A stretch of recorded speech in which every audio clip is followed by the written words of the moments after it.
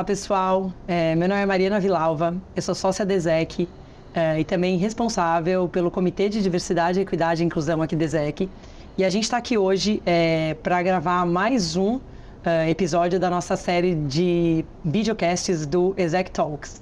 Contar rapidamente para vocês da ESEC, hoje uma das principais consultorias nacionais de recrutamento, seleção e desenvolvimento de executivos e conselheiros. A nossa série do ESEC Talks, ela é uma série de videocasts cujo objetivo não é só fomentar discussões, mas também fornecer insights valiosos para todos vocês sobre temas de liderança, governança, conselhos transformadores, inteligência artificial, todos os temas mais atuais aí que estão em pauta no mercado, incluindo diversidade e inclusão na liderança. Hoje vamos abordar um tema crucial para todos nós, tá? Não só para os líderes, mas para todas as pessoas dentro das organizações, principalmente aí pós-pandemia, que é a saúde mental e a criação de ambientes mais inclusivos e acolhedores dentro das organizações, tá? E qual é o nosso papel aí como líderes em ajudar as pessoas, tá bom? Para falar desse assunto hoje, tenho um enorme prazer aqui em receber os nossos queridíssimos convidados, né? A Mafone Odara, a Mafone é mais conhecida como Mafô. Ela é executiva de pessoas, cultura e transformação, reconhecida como uma das top 100 RH Influencers de 2024. Tem também destaque entre as 100 executivas em inovação de 2023, inclusive ela vai falar bastante sobre isso, e o Women to Watch em 2022. A Mafô é conhecida por seu impacto na construção de ambientes inclusivos e por sua abordagem sobre segurança emocional e liderança nas empresas. Então, ela tem bastantes artigos sobre isso. Se vocês quiserem, busquem aí nas redes para saber mais sobre esses temas. A gente também tem o prazer de receber nosso querido Altair de Souza. O Altair tem um vasto currículo aqui. Ele é psicólogo com doutorado em psicologia experimental na USP. Ele é graduando em estatística na USP. Pesquisador do Centro de Comunicação e Ciências Cognitivas, também na USP. Também tem pesquisa na área de julgamento, decisão e escolha na Unifesp. Além disso, pessoal, também o Altair tem um podcast de divulgação científica que chama Naruhodô. Isso, certo? Naruhodô. Juntamente com o host Kenji Fujioka. Então, Quem Fujioka? Ken Fujioka, desculpa. Então, quem quiser saber mais, por favor, vão também aí atrás nas redes, porque ele já me contou um pouquinho aqui nos bastidores, é bem divertido, é bem legal, vale a pena assistir esses podcasts, tá bom? Pessoal, de novo, né, super grata aí pelo tempo de vocês dois são psicóloga executiva, né, Mafô? É um prazer estar aqui com vocês, agradecer imensamente o tempo. A gente sabe o quanto é difícil, inclusive nosso tema de hoje, saúde mental, juntar tudo, né? Que todas as nossas funções, tanto das mulheres como dos homens, a nossa sobrecarga de trabalho e tudo mais.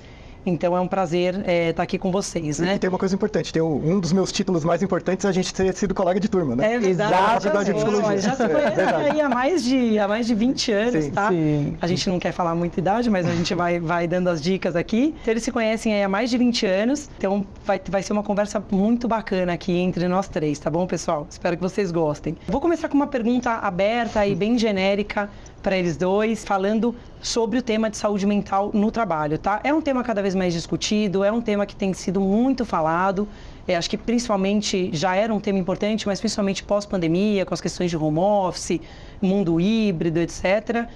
Perguntar um pouco para eles como que eles percebem que as empresas estão de fato lidando com isso no dia a dia, né?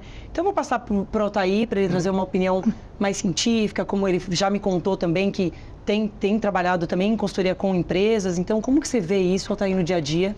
E aí depois a gente passa para a Mafô e trazer também da experiência dela como executiva. Então, tem é um tema presente porque a água está batendo, né? Então, uma coisa importante para a gente começar a pensar é assim, pensando do ponto de vista individual, né? Tem uma questão que vem de cima para baixo e de baixo para cima. Então, o Brasil é um dos países com maior nível de desigualdade. Então, essa desigualdade, ela medeia a maneira como as pessoas socializam. Hoje em dia, as pessoas se pensam como profissionais, mas esse profissional, além de um profissional, é uma pessoa, é um pai, uma mãe, um familiar, um amigo, algo do tipo. Não dá para separar. Não tem como separar. Não tem como. Então, essa distinção é uma falsa dicotomia. Então, dentro das relações de trabalho, claro que a gente tem que ter alguma postura, respeitar o outro, ter integridade por outro, mas a gente também tem que ter um certo respeito pela nossa própria história, né? E muito dessa história traz pra gente nossos modelos de criação. eu associo isso muito com o judô, né? Eu pratico judô há 30 e poucos anos. E o judô é algo bem interessante, porque dentro da luta, né, a gente fala sempre isso, que você vive como você luta e você luta como você vive. Então, dentro do dojo, assim, na luta, é como um jogo de processo decisório. Você não precisa conversar com a pessoa. Pelo jeito como ela luta, você sabe como ela toma decisões em quaisquer outros lugares. Isso é muito interessante. Então, a pessoa às vezes é muito impulsiva, ou ela para, ela é mais comedida, ela é mais envergonhada. Em todas as outras relações da vida, ela é a mesma coisa, né? Esse jogo decisório é muito interessante, assim. Então, nas relações de trabalho, pela maneira como a pessoa se porta, ela age, você entende um modelo decisório de como ela toma decisões na vida dela como um todo, né? E isso é bom e ruim. Isso é bom e ruim. As empresas, na verdade, e aí sendo muito sincero, como cientista, né, quando eu vou preencher uma ficha, eu coloco cientista, tá? Eu não coloco psicólogo, não coloco nada. É importante, assim, em geral as empresas têm feito muito pouco, porque elas não têm uma postura ativa de prevenção, elas muito mais tapam um buraco. Sabe, tipo o encanador está vazando, conserta, mas não arruma o sistema geral, né? E muitas vezes o próprio clima organizacional é a causa dos problemas de deterioração da saúde mental, né? Exatamente porque as empresas não têm um plano de pensar o trabalhador no longo prazo, né? Assim, tudo bem, eu tenho um emprego, eu tenho uma vaga, essa vaga tem tais competências, eu preciso de alguém que dê conta dessas competências. Encontrei a pessoa. Eu falo que um trabalho é como se fosse um casamento. O casamento, o seu cônjuge pode ser seu melhor amigo. Muitas vezes pode ser seu maior inimigo. Claro. Dependendo você tem que aprender a ter as conversas difíceis. E nas conversas difíceis que você avança. É sofrendo que você avança, né? O problema é que quando essa relação é desigual. Então, muitas relações de trabalho são relações tóxicas. Nesse sentido, de que um impõe de cima para baixo as coisas. E depois a gente vai falar um pouco da questão do burnout, né? Eu explico melhor o mecanismo. Mas a questão, eu acho que é a grande assimetria das relações entre empregador e empregado. É que o empregado precisa de respostas no curto prazo. E o empregador precisa pensar no empregado no longo prazo. Essa dinâmica que ainda não está bem alinhada e compromete a saúde mental das pessoas e, inclusive, gera dano às empresas também no médio e longo prazo pela perda de divisas. Perfeito, né? Perfeito. Acho que muito pela forma, né, como essa relação se dá, essas Exatamente. Conversas difíceis. Isso é importante você ter conversas difíceis, mas a gente tem falado muito de comunicação não violenta. Como é que é a forma dessas conversas, né? Então tem que ser da melhor forma possível, muito respeitosa, muito aberta, escuta, para que essas conversas que precisam ser feitas sejam efetivamente feitas, né? Exatamente. E que não cause danos aí maiores à saúde do colaborador, né? Mafo, como que você vê aí na tua visão?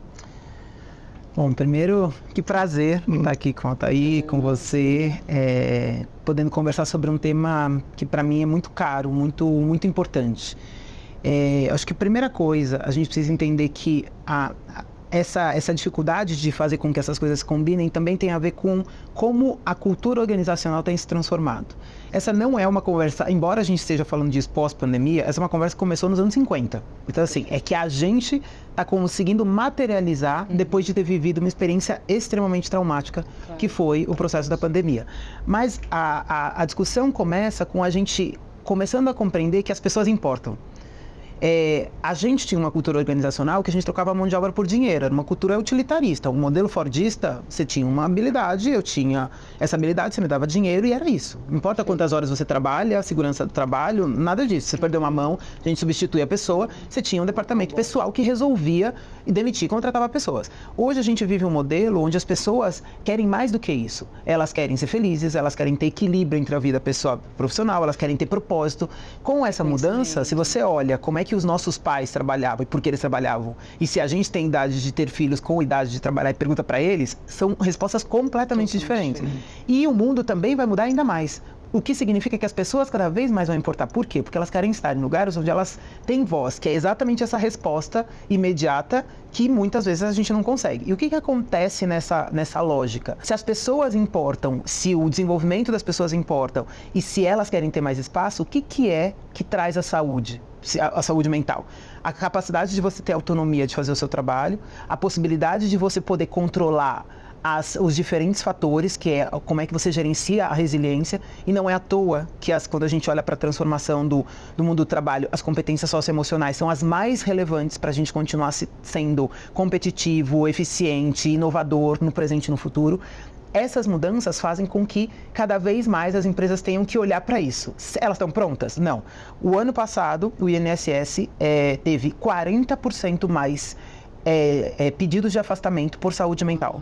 O que aconteceu com isso? O governo falou, bom, temos um problema, que já tínhamos antes da pandemia, que éramos, né, um país extremamente ansioso, um país com muitas pessoas em depressão, que já era problemático, piorou depois do processo da pandemia. Bom, a gente vai ter que fazer alguma coisa. O que acontece? O governo incentivou as empresas a começarem a ter programas de saúde mental, que olham o processo de cuidado e o processo de prevenção.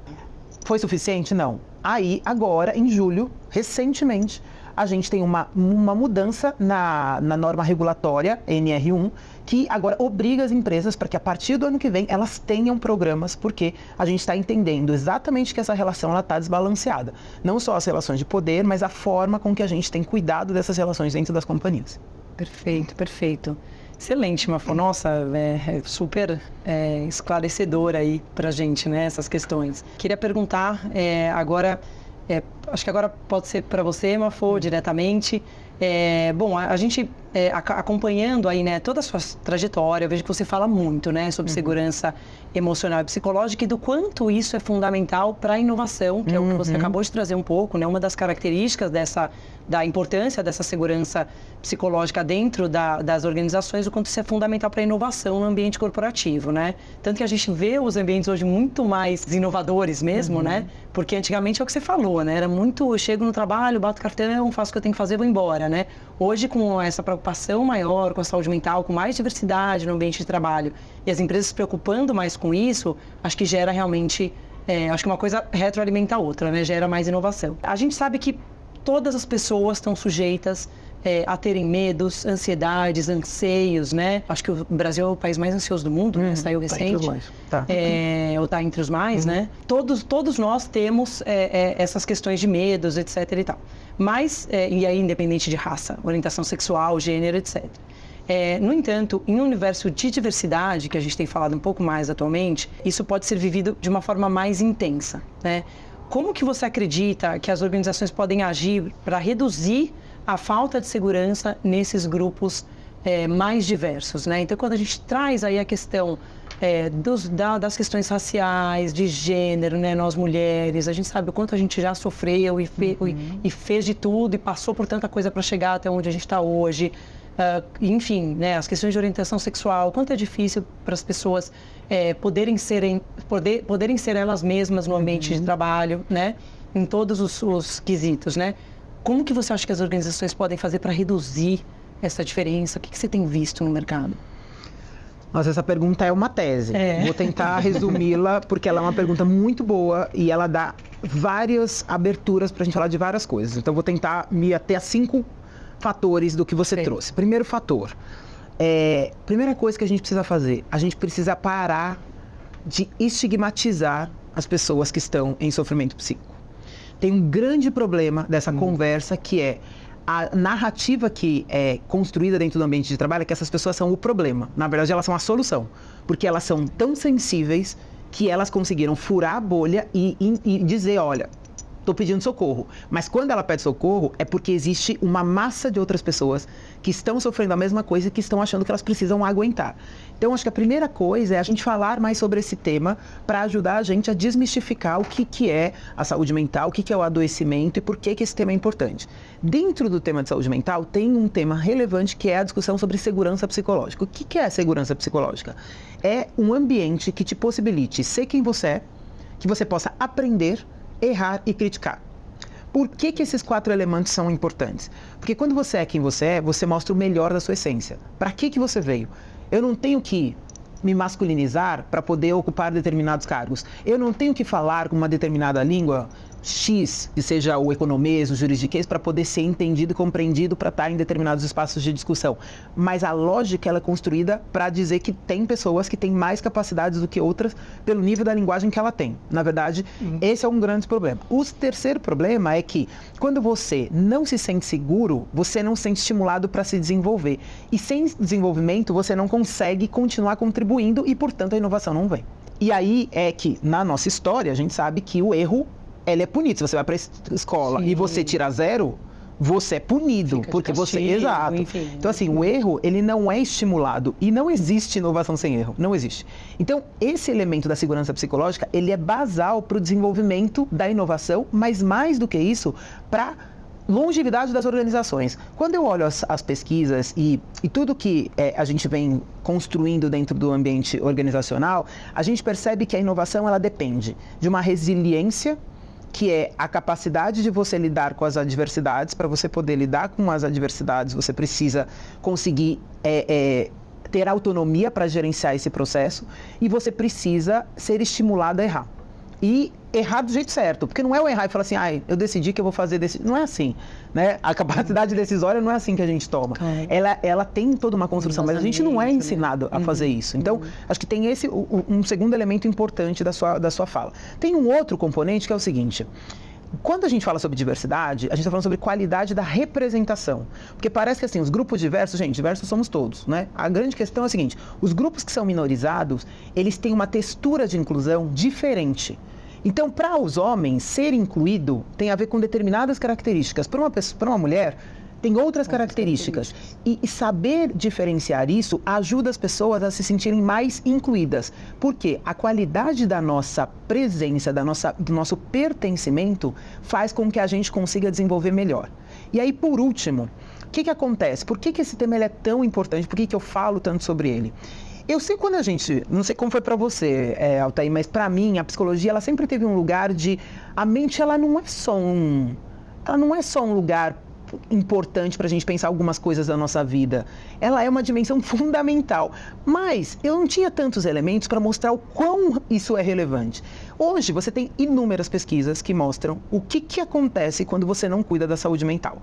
Por exemplo, a Vitude, que é talvez hoje o maior ecossistema de saúde mental corporativa, eles fizeram um estudo que mostra o seguinte, que nós na média trabalhamos com 30% menos da nossa capacidade, na média, porque a gente já está, que é o que eles chamam de presenteísmo. A gente passa por situações, a possibilidade de passar por situações de violência, de assédio nas empresas é 17%, e a gente tem um índice de ideação suicida na média de 7%, tá? Mais ou menos isso.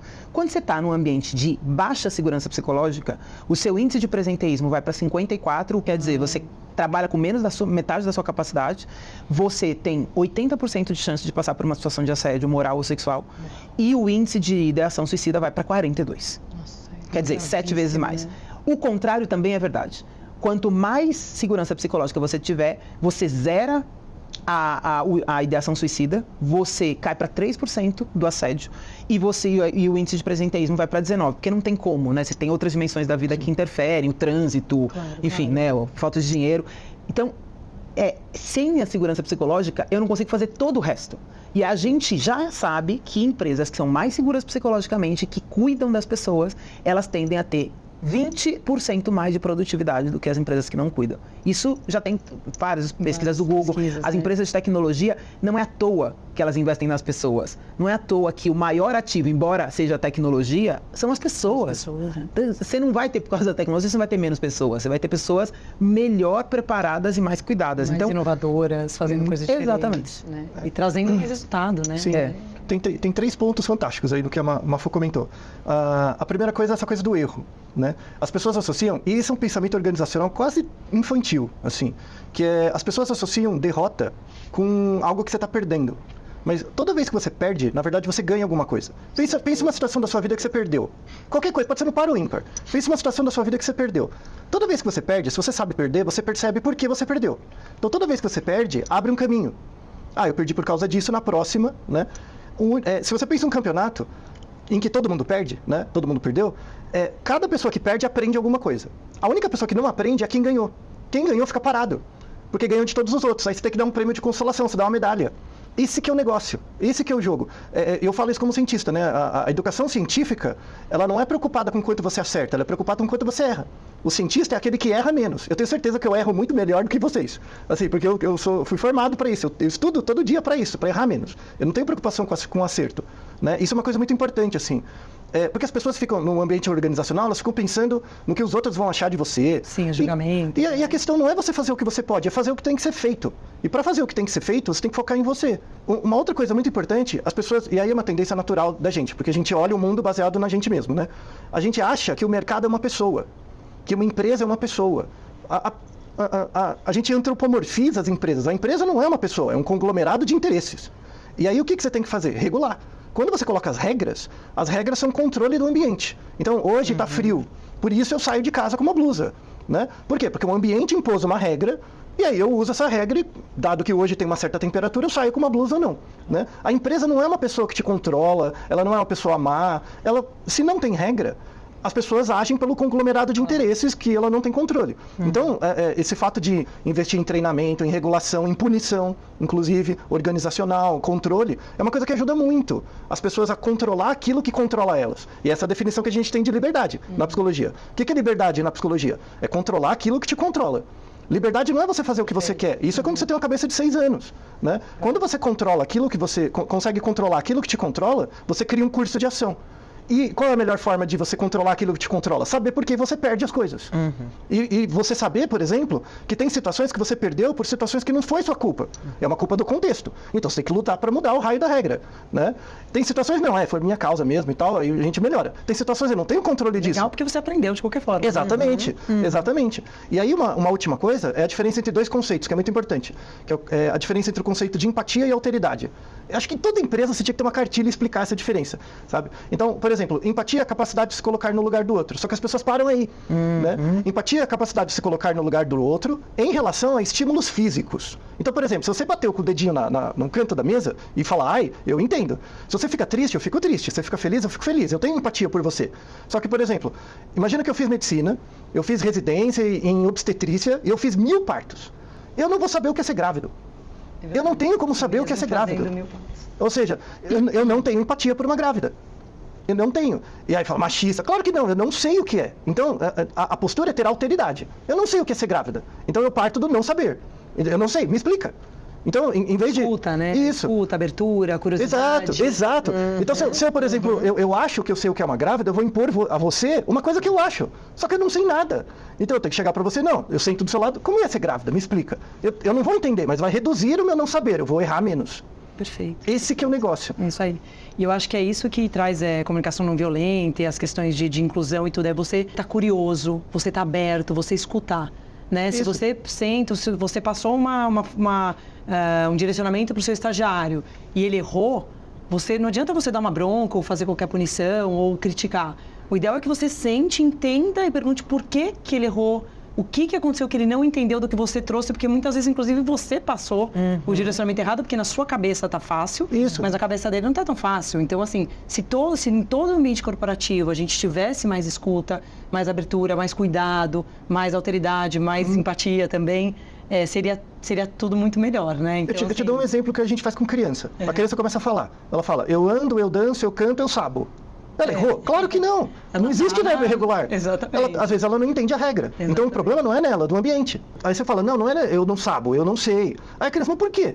E ela tá certa em perguntar por quê. Claro, né? Aí a partir do momento, ela vai ter que aceitar a regra. Então não é que ela errou, é que o ambiente restringe. Claro. Sabe? E aí ela vai, então tá bom, então não é sempre assim. Aí ela cria condições. É assim que se aprende. Muito bom, muito bom. Vocês estão vendo que temos uma aula aqui, né? Interessantíssimo, pessoal. Obrigada. Altair, diante de tudo que agora a gente vai entrar na questão do burnout um pouquinho, né? Então, diante de todos esses pontos importantíssimos que a Mafo trouxe até agora, na sua visão mais clínica, né? Agora como cientista, psicólogo, estudioso, pesquisador, etc., quais são os principais sinais mesmo de que um profissional está à beira do burnout, né? O burnout ele é um processo e ele tem basicamente 3 fases, tá? Se você imaginar na sua vida, a prevalência é tão alta que com certeza você passou por algumas dessas fases alguma vez na sua vida, tá? A primeira fase é chamada fase de exaustão. Você começa a se sentir mais cansado do que o normal e aí você tem que excluir algumas causas. Às vezes você está com uma deficiência de alguma vitamina, às vezes você não está fazendo exercício, então tem que descartar essa causa material às vezes, né? Às vezes você está com algum problema físico mesmo, está dormindo mal, então tem que excluir primeiro isso. Começa a dormir um pouco melhor, cuidar da sua higiene de sono, fazer um exame clínico, começar a fazer exercício. Se mesmo apesar disso você começa a ter muito cansaço, né, as coisas parece que você está fazendo as mesmas coisas que você faz, só que com uma mochila de 20 quilos nas costas, né? Isso vai começar a acumular. E aí vem a segunda fase. A segunda fase é a fase da procrastinação, que você começa a deixar tudo para a última hora, mas não é porque você é uma pessoa assim, é porque você está cansado, né? Então você começa a deixar tudo para a última hora, você começa a meio que postergar ou as coisas ganham um peso muito maior, né, por conta desse cansaço inicial. E aí chega na última fase, que é uma consequência das duas. Então imagina, eu estou muito cansado, eu começo a deixar tudo para a última hora e eu sou um espectador de mim mesmo. Então eu começo a me ver como sendo uma pessoa que faz isso, né? Então eu começo a ver, tipo, é uma espiral mesmo. Estou muito cansado, as coisas não vão dando certo, vai acumulando tudo. Chega 5 minutos antes eu entrego, mas está tudo bem, mas da próxima eu não sei se vai dar. E aí vai indo, chega uma hora que você quebra. E é aquele dia que uma coisa na sua cabeça, muda, né? E a partir daí que o buraco vem, mas já foi uma construção muito anterior. A definição de burnout começou nos anos 70, né, com um cara na psicologia que estudava profissionais de saúde, começou na área médica. Depois teve uma psicóloga, uma pesquisadora chamada Marlash, Cristina Marlash, que ela criou um questionário para avaliar, né, que é o questionário, a métrica de Marlash, que é usado em vários países para avaliar a prevalência de burnout. E aí tem uma discussão muito interessante moderna sobre isso. Tem uma discussão na literatura se burnout é uma doença mental ou não. Eu acho muito importante que não seja uma doença mental. Por quê? Como é um processo, né, um grande contribuidor desse processo são as próprias relações de trabalho. Por quê? De novo, é dialético. Porque se eu coloco o burnout como uma doença mental, você pode judicializar. E aí você tem acessos a mecanismos, a instrumentos do Estado para ajudar e coisas do tipo, né? Isso é um lado positivo. Mas tem um lado negativo, porque você joga o problema na pessoa.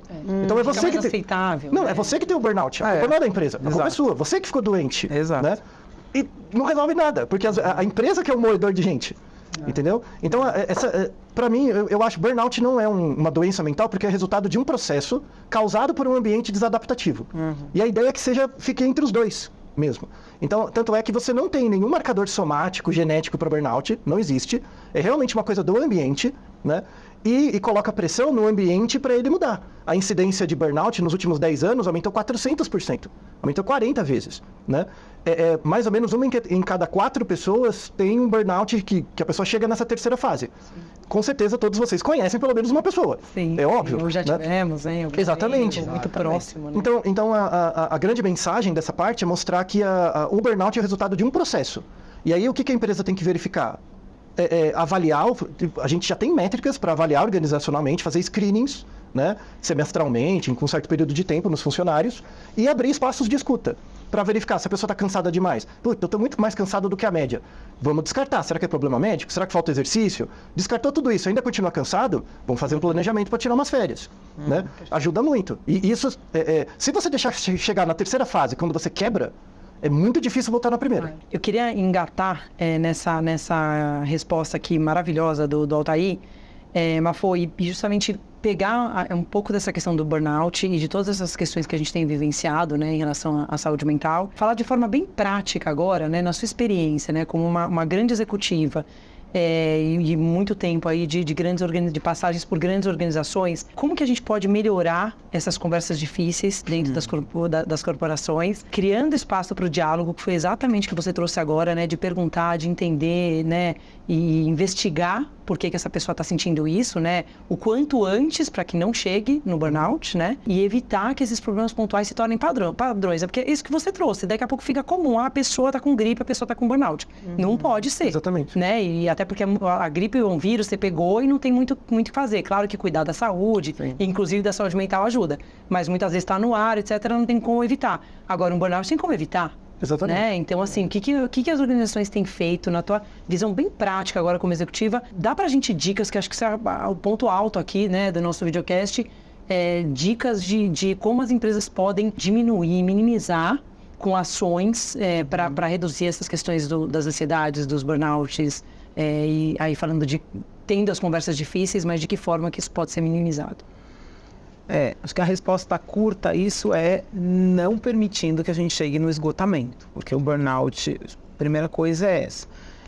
Acho que a segunda coisa e aí eu acho que os componentes regulatórios têm ajudado a gente entender que eu também não acho que é uma doença, não é um transtorno mental, ele é parte de um processo de transtornos que vão se agravando e vão chegando nesse esgotamento, e que hoje a legislação, inclusive, tem trazido, porque ela é uma doença ocupacional, né? Então, sim, ela é fruto realmente desse ambiente. Então, se você tem uma pessoa que está passando por esse processo, de novo, ela é a ponta do iceberg, porque certamente o sistema está sendo construído porque aquela pessoa conseguiu mostrar que alguma coisa está errada no ambiente. O que você consegue mudar dentro do ambiente? Você falou sobre a questão da comunicação. Tem uma pesquisa que foi lançada ano passado que chama Trama do Pertencimento. O que ajuda as pessoas a poderem se sentir cuidadas, ouvidas e valorizadas? O sentimento de inclusão. O que é inclusão? As pessoas acham, você deve ter ouvido falar, diversidade é chamar para festa, inclusão é chamar para dançar. E se a pessoa não quiser dançar? E se a pessoa só quiser tomar um negócio? É questão da equidade, né? Então, Enfim. São coisas diferentes. A gente usa essas palavras como se elas fossem sinônimos. Elas não são. Diversidade é qualidade de representação, equidade é qualidade dos nossos processos e inclusão é qualidade das relações. Essa pesquisa mostra os 10 fatores, é uma pesquisa que foi feita na América do Sul, chama Trama do Pertencimento, pela BEM, e diz o seguinte: dos 10 fatores mais relevantes que fazem com que as pessoas se sintam pertencentes, 9 tem a ver com como a gente trata as pessoas e 6 de como a gente fala com as pessoas. O que significa que comunicação é um canal importantíssimo de cuidado que a gente faz. Porque comunicar, e aí vou pegar, você trouxe o Marshall Rosenberg, ele tem uma fala que é: comunicar é você se conscientizar das suas necessidades, das necessidades do outro, para você aprender a falar sem agredir e ouvir sem se ofender. Esse processo de revisão da comunicação ajuda você a entender, por exemplo, as questões das violências ou das agressões. Outro que o Marshall traz. A agressão é toda a expressão trágica de uma necessidade não atendida do outro. Não é sobre você, não é sobre o seu umbigo. E muitas vezes a gente assume esse lugar como se o problema fosse a gente e a gente não está conseguindo ouvir o que a outra pessoa está dizendo. Então você vai lá e pergunta. Então o que ajuda? Primeira coisa é a gente aprender a conversar. E conversar com mais frequência. Fazer conversas difíceis tem a ver com, primeiro, você entender o que é uma conversa difícil. Ela geralmente está relacionada a 3 grandes fatores. Uma pessoa que pensa diferente de você, quando ela te desperta emoções muito fortes, você quer jogar a pessoa do 10º andar, você quer esganar a pessoa, ou quando tem uma coisa muito importante em jogo, um feedback difícil, uma demissão, alguma coisa que, ou a liderança de um projeto, entendeu? Precisa fazer a conversa. Conversas não feitas são muito piores do que conversas difíceis feitas. Por quê? Uma conversa não feita leva para um padrão e esse padrão começa a afetar o relacionamento. Sabe aquela pessoa que você não quer mais encontrar? Você fala assim: ai, não quero ir naquela reunião, a pessoa vai estar lá. Você começa a evitar a pessoa. E as pessoas que mais são contraditórias a gente, elas têm muito a nos ensinar. Desde que a gente aprenda a lidar com conflito. Quanto mais diferente, mais conflito vai ter. E é diferente conflito de confronto. Conflito ensina. Não existe jeito de você se movimentar sem ansiedade, sem o estresse. Não é sobre não ter estresse. É sobre aprender a gerenciar o estresse. E na história da comunicação, quando você aprende, primeiro, que você está diante de uma conversa difícil. Segundo, você não adia essa conversa difícil. Terceiro, você se prepara para fazer essa conversa. Porque você chega numa conversa, às vezes, para dar um feedback, você sai demitindo a pessoa. Você fala: meu, o que aconteceu nessa conversa? Que é sobre cuidar da forma. Exato. Então, assim, não consegue fazer essa conversa porque você não tem todos os elementos? Vamos parar a conversa por aqui, né? Respira e fala: podemos voltar outro dia, porque eu não estou preparado para falar sobre esse assunto, eu vim aqui para conversar sobre um ponto e agora você está me trazendo outro, né? Cuidado com as ferramentas que você usa. Não usa o WhatsApp para você mandar uma DR, entendeu? Não dá pra você manda um vídeo de áudio de 3 minutos. Aí o que você acha? E às vezes você ouve mais rápido, porque hoje em dia a gente é tão ansioso, que parece que a pessoa está brigando, porque você está ouvindo mais rápido, exatamente, né? E às vezes a pessoa está falando com calma, essa é uma observação boa. Mas você ouvindo 2 vezes, parece que a pessoa está falando rápido, né? E ansiosa e brigando com você. Exato. E por último, o elemento que você trouxe no começo, que é a história da empatia, né? Porque eu acho que a empatia, além dela parar só nessa lógica de que, eu me coloco no lugar do outro, primeiro que ninguém consegue fazer isso, né? 2 corpos não ocupam o mesmo lugar, você não vive. E segundo que, assim, é sobre quanto você, do seu lugar, pode impactar positivamente o lugar da outra pessoa. A empatia é isso, é você conseguir transferir do seu lugar. Não, eu sei o que você passa, Mari, nós somos mulheres.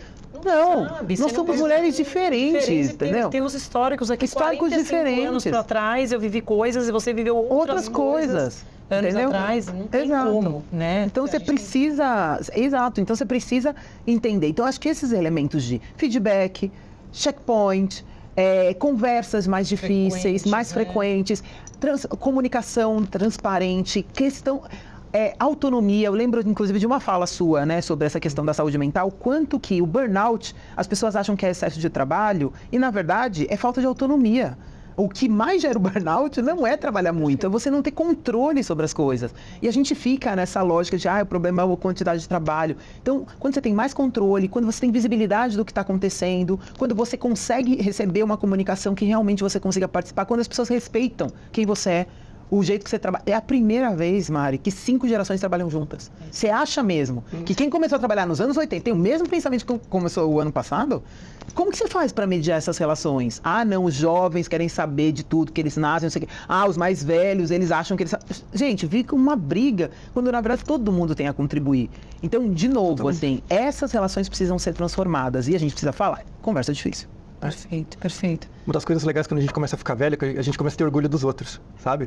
É verdade. Não é verdade? A gente começa a ficar velho, porque a gente já se conhece há 25 anos, né? Então, 25 anos, a gente lá na faculdade com camiseta da faculdade, falando besteira, né? Tá, um roubando a marmita do outro, sabe? Aquela bobagem. Aí depois passa o tempo, né? A gente vê 25 anos depois, poxa, pessoas mudaram, né? Não é? Então, isso é uma coisa de quem é mais velho, dessa geração. Você consegue ver, você olha um moleque de 18 anos que acha que sabe tudo. Tá bom, continua falando o que você faz, só não para. Né? E aí você vai dando esses tapinhas, igual andar do bêbado, a pessoa vai mudando e ela não repara que é por sua causa. Isso chama amnésia da fonte. Vou te dar um exemplo rápido. Imagina que você chega pra mim e fala, eu quero assistir um filme, me recomenda um. Aí eu te recomendei um filme e você amou o filme. Você achou o máximo, né? Você gostou tanto do filme que você esqueceu que fui eu que te indiquei. Você acha que você tirou do nada e o filme começa a ter a ver com você. Aí você, às vezes, recomenda pra mim mesmo. O filme que eu te recomendei. Isso é normal, não é que você esqueceu. É normal, chama amnésia da fonte. Isso acontece muito com a educação. Falta espaços de escola, né? O trabalho tem que ser uma escola. Escola nesse sentido, assim, de laboratório. Né? Eu tenho um caso muito interessante. Ano passado eu fui... Sabe jardim de infância? Não tem aquelas apresentações de criança de 3, 4 anos, né? Na escolinha? Me chamou muita atenção, assim. Eu tava num palquinho, tinha as criancinhas lá no palco, eu tava numa arquibancada. E aí tinha a professora fazendo um discurso para as criancinhas. 3, 4 anos, olhando para cima, chorando. E todas as professoras estavam viradas para sua turminha. E todas as professoras choraram, fazendo discurso para as criancinhas. Aí eu olhava para os lados, o pai e a mãe no celular, fazendo outra coisa. Aí me caiu uma bigorna na cabeça. Eu ficava olhando, mano, aquela professora tá falando com ela mesma. Porque ela sabe o impacto naquele amontoado de células. Aquela professora, ela tem certeza que aquilo que ela faz vai gerar um efeito numa criança que não faz a menor ideia de quem ela é. Sabe, aquele trabalho é realmente significativo. E qual vai ser a valorização daquela pessoa? 0. E a gente vive num país... Não, desigual. 0 não, tem os professores que a gente lembra quando a gente... Exato, mas a gente vai... Os que causaram uma... Mas a gente vai fazer parte de uma nação realmente próspera e fraterna quando o juiz de direito e a professora do jardim de infância tiver o mesmo salário. Porque um resolve o problema do outro. É verdade. Um resolve o BO do outro. É verdade, isso você tem razão. Bom ponto. Posso ficar aqui mais 1 hora, gente, ouvindo eles falarem. É muito bom esse tema, é muito gostoso. E eles vão falando e a gente vai tendo insights aqui, né? Muito bom, muito bom. Bom, pessoal, estamos chegando, né? A gente gostaria de ficar aqui 2 horas, né? Conversando. Acho que teria dias para a gente conversar sobre esse tema, que é muito amplo e muito gostoso de se falar e indo caindo as nossas fichas aqui, né? Acho que o que a gente trouxe aqui, o que eles trouxeram, acho que dá para refletir bastante e tentar fazer aí grandes mudanças na organização. E eu adoro aquela frase meio clichê, que é seja você a mudança que você quer fazer no mundo, né? Então, acho que se cada um dentro da organização fizer um pouquinho, for mais aberto, escutar mais, ter mais cuidado nas conversas, ter conversas mais frequentes, acho que muita coisa pode melhorar, né?